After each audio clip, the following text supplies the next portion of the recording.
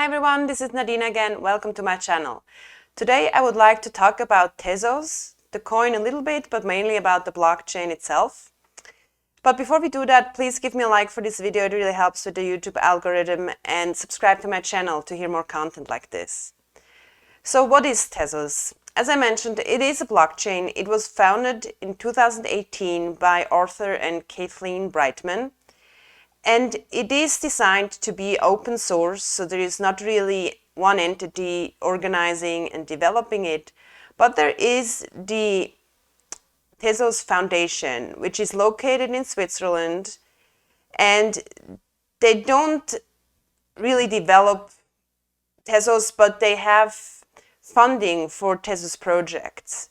So they give out grants to different project ideas so they can be funded and developed on their own. And as you can see here, in March 2022 biannual update, they had 67 grantees from 33 different countries. And overall, they have basically 1.1 billion in assets to give out, and they've approved funds for different projects at the amount of 243 million. So that's quite significant. Also, Tezos, at the very beginning, when they did an initial coin offering, I think it raised around $320 million, which is the biggest ICO that has been seen in the crypto space. So that is very impressive. As I said, despite this Tezos Foundation providing funding for projects, it is intended to be open source, and it has a so-called self-upgradable mechanism built into the blockchain.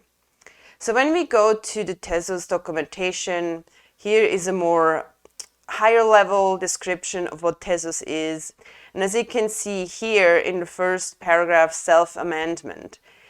Self-amendment allows Tezos to upgrade itself without having to split, so-called fork, the network into two different blockchains.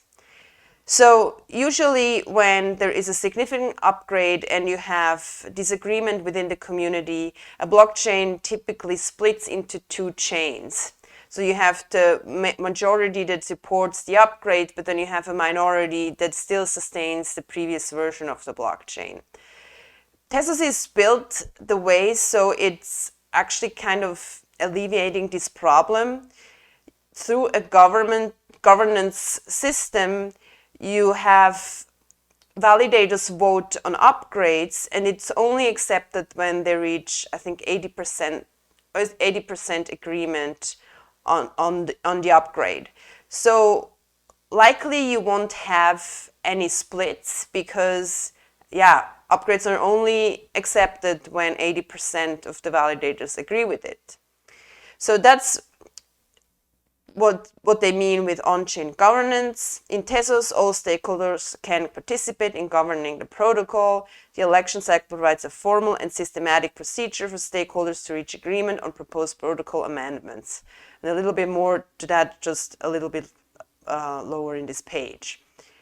So also here, decentralized innovation. So actually the proposed amendments, so once one gets accepted, through the voting process, they can also approve basically a price or a payment for those proposals. So that's pretty nice that people can actually propose an upgrade. If it's good and people agree and they implement it, then they can get payment for it. Tezos also allows smart contracts like many other blockchains these days. It is proof of stake, and it's actually a very unique type of delegated proof of stake. So as you might know, proof of stake is usually when you have validator nodes, and instead of they have to solve a computational problem to propose a block, they're actually just randomly selected based on their staked tokens. Now, delegated proof of stake allows other token holders to provide tokens to the validator, and then from the validated pool for each block, a certain number of validators is elected, and then from that pool, one can propose the block. I think if you take, for example, Tron, you have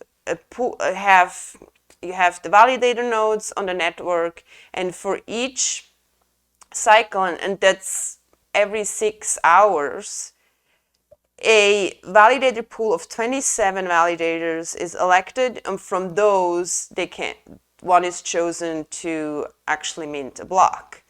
Now, for Tezos, this is a little bit different. Even though it's delegated proof of stake, they don't have a limit on the pool of validators that actually can mint a block in each cycle. It's almost unlimited, I think up to 80,000 validators. So when you compare to Ethereum, they have 200,000 validators currently. So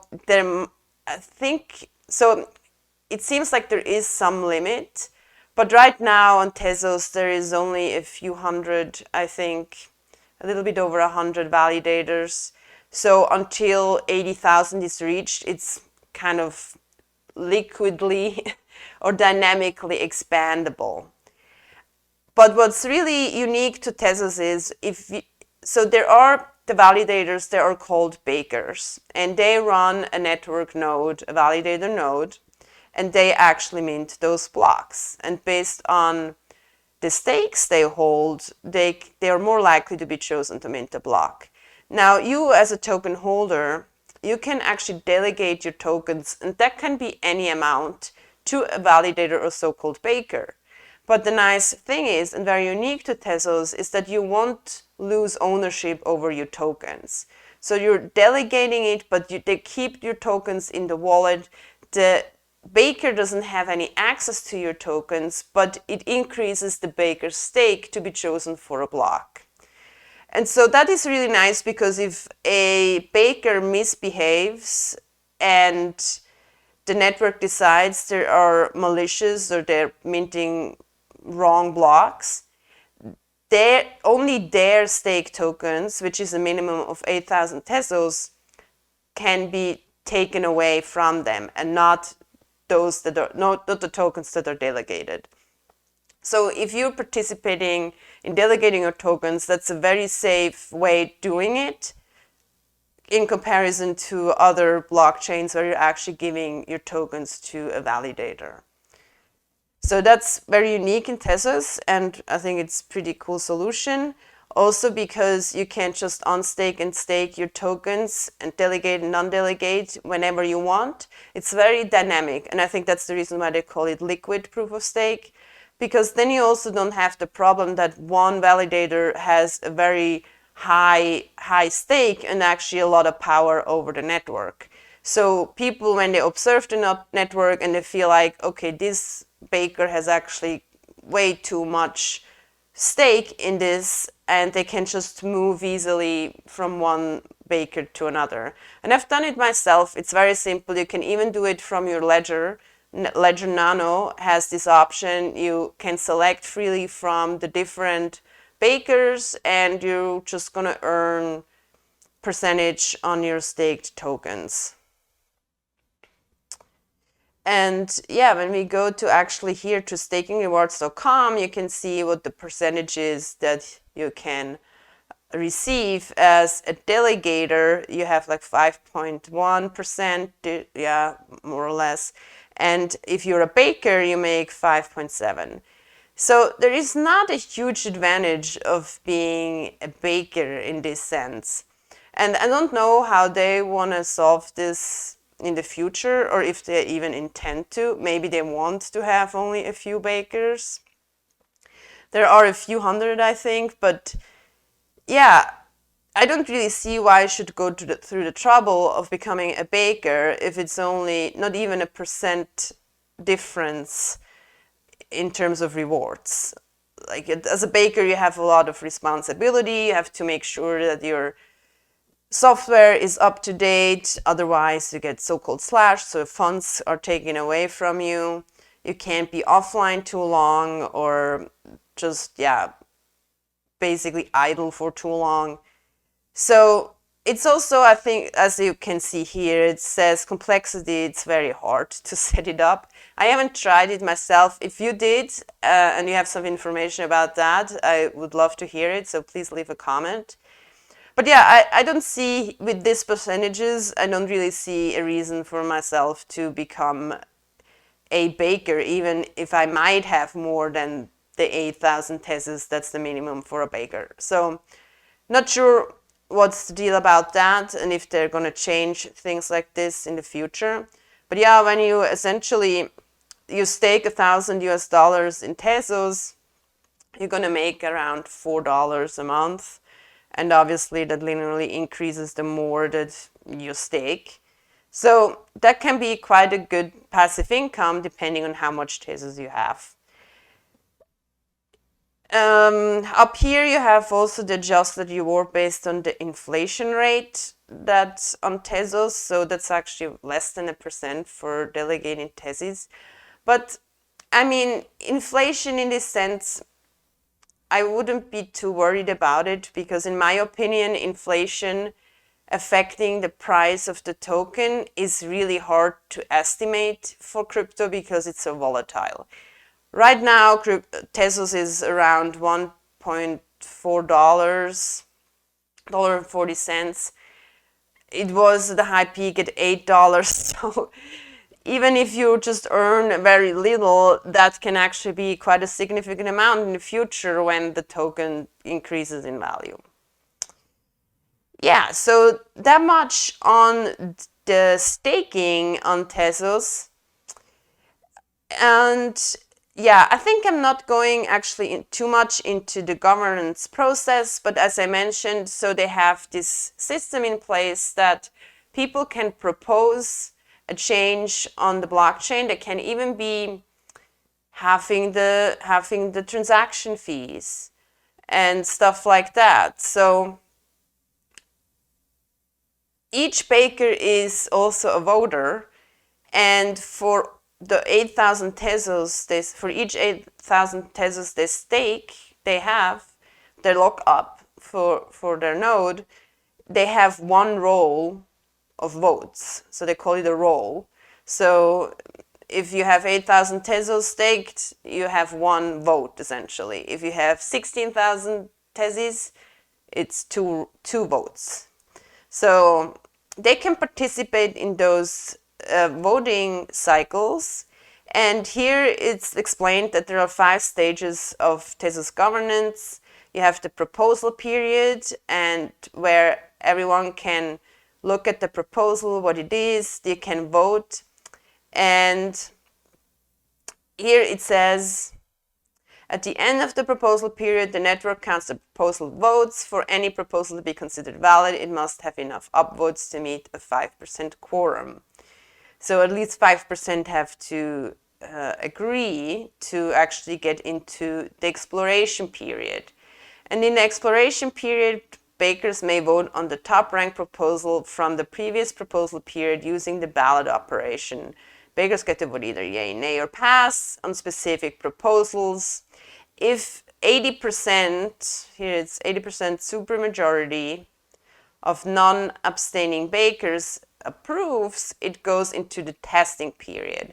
And the testing period only lasts 48 hours, so the features can be checked out on the test network. It's just the proposal is basically approved onto the test network. It's running for 48 hours. People can check it out. And then after the testing period, again, the bakers vote on whether they want to have it promoted or not. I think that's, yeah. And then at the end of the testing, the promotion period begins. And then at the end of the promotion period, the bakers vote again. If it's 80% supermajority, it goes into adoption period.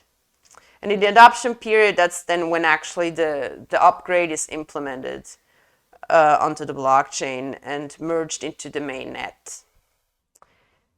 So that's kind of, it's a cool idea, I think. It's really has this like open source idea, and everyone can contribute. All the validators, bakers can vote on the upgrades. And I do believe that in this way hard forks can be avoided, because unless someone would decide to actually do their own hard fork. But the main project won't induce hard forks, I would say, with this mechanism, because it needs 80% to agree on the upgrade. So yeah, in terms of upgrade, just recently, a few days ago, they had the Tezos Kathmandu protocol. So each upgrade is actually named by a city, and this is pretty huge. So the layer 1 protocol recently launched its own scaling service with the Kathmandu upgrade last Saturday morning. The upgrade allows for off-chain computations using layer 2 solutions such as roll-up technology. A new testnet was also launched where experimental features could be launched. So this really allows, so yeah, Tezos is a layer 1 solutions blockchain. And so now that they have the feature of having layer 2 solutions, they can really speed up the blockchain and scale it. And so right now Tezos has actually quite a slow transaction speed. I think it takes, it's minting a block every minute, I think. So it's not huge, on 40 transactions per second or something like that. So that's not very fast.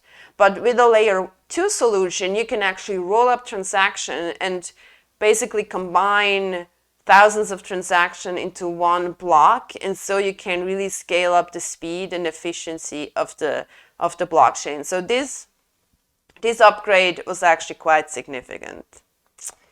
So what else do they have in store? So they mention here on their wiki page a few things. So they want to have a feature to anonymize transactions, so to increase privacy on the blockchain. That's similar to Zcash. They say they kind of adopted, or their mechanism was inspired by Zcash algorithm. So they're working on that. They're working on layer 2. They're working on some governance features. So lots of upgrades will come. And yeah, it looks really cool. I think it has a lot of potential. Being so open source is really an advantage, I think, these days, with all the regulation issues that a lot of blockchain have. With Ethereum being potentially targeted by the SEC now, because somehow proof of stake all of a sudden makes Ethereum a security. Whatever.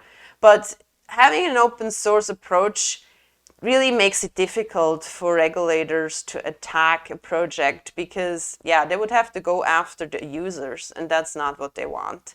I mentioned that in another video, but like, I think the open source approach is a really good way to go for a long-term survivable blockchain and project. So yeah, just very briefly, I would say, let's look over. We have here how, so as I mentioned, Tezos has smart contracts as well, so you can develop decentralized applications on it. And when you look here on dApp Radar, it has about 80-ish different dApps right now. And as you can see, the DeFi platforms, marketplaces, games, exchanges, collectibles, gambling. So they have a large variety of decentralized applications already on the Tezos blockchain. I think it's very underrated. You don't hear too much about Tezos. When you go to CoinMarketCap, I think the coin itself is ranked at 41.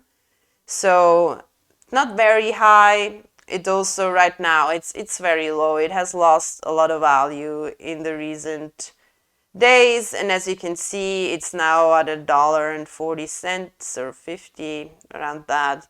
But it was at one point at almost I think around $8.70. So it has a lot of headroom if that recovers at some point, and I think it will. But not financial advice, so just don't take my word with a grain of salt. So yeah, that's just my personal opinion. And when you look at the total value locked on all chains, and so Tezos doesn't make it into the top 10. It's around, I think, 50, 53, I believe, 52. So 22 million are staked. So it's not a lot compared to other blockchains, but it is also not far behind Stellar, for example, and Stellar has been in the news quite a little bit. So I think it's getting there. And I think with its open source idea behind it, with its self-upgradable mechanism, and with the liquid proof of stake, I think it has a lot of potential to become a very adopted blockchain.